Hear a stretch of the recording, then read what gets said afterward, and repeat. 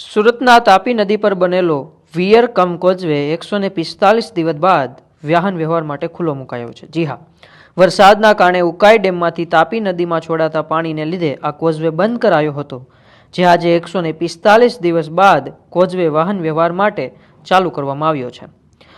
સુરતના કતારગામ અને રાંદેર ગામ તળને જોડતા વિયર કમ કોઝવે છેલ્લા 4 મહિનાથી બંધ હોય વાહન ચાલકોની અવરજવરમાં અસરગ્રસ્ત થઈ રહી હોવાથી જેમાં કોઝવેની સપાટી ભયજનક એટલે કે 6 મીટરથી નીચે ઉતરી 5.56 મીટરે પહોંચી હોય, તેથી આજે કોઝવે વાહન વ્યવહાર માટે ખુલ્લો મૂકવામાં આવ્યો છે।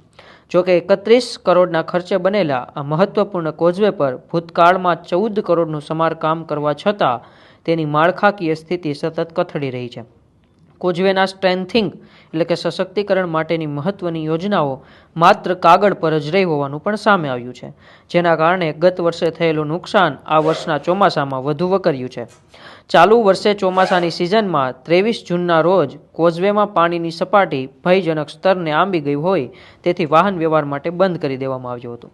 ત્યારબાદ 11 ઓગસ્ટના રોજ પાણીની સપાટી નીચે ઉતરતા વાહન વ્યવહાર માટે શરૂ કરાયો હતો। જોકે 7 જ દિવસમાં ફરીવાર 6 મીટરની ભયજનક સપાટીએ પહોંચતા ફરી આ કોઝવે બંધ કરી દેવામાં આવ્યો હતો। છેલ્લા 144 દિવસથી બંધ કોઝવેને આજે ખુલ્લો મૂકવામાં આવ્યો છે।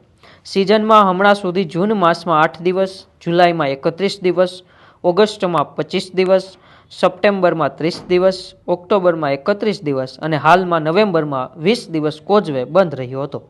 જોકે હવે કોઝવેની સપાટી ભયજનકથી નીચે ઉતરી 5.56 મીટરની સપાટીએ પહોંચી હોવાથી ચાલુ સિઝનમાં પાણીના વહેણને પગલે કોઝવેની બંને બાજુનું આરસીસી સ્ટ્રક્ચર પણ અસરગ્રસ્ત થયું છે। કોઝવે ખુલ્લો મુકાતા કતારગામ અને રાંદેરના હજારો લોકોને ફેરાઓ લેવામાં રાહત મળશે। તાપી નદી પર વર્ષ 1995માં 31 કરોડના ખર્ચે આ વિયર કમ કોઝવે બનાવવામાં આવ્યો હતો।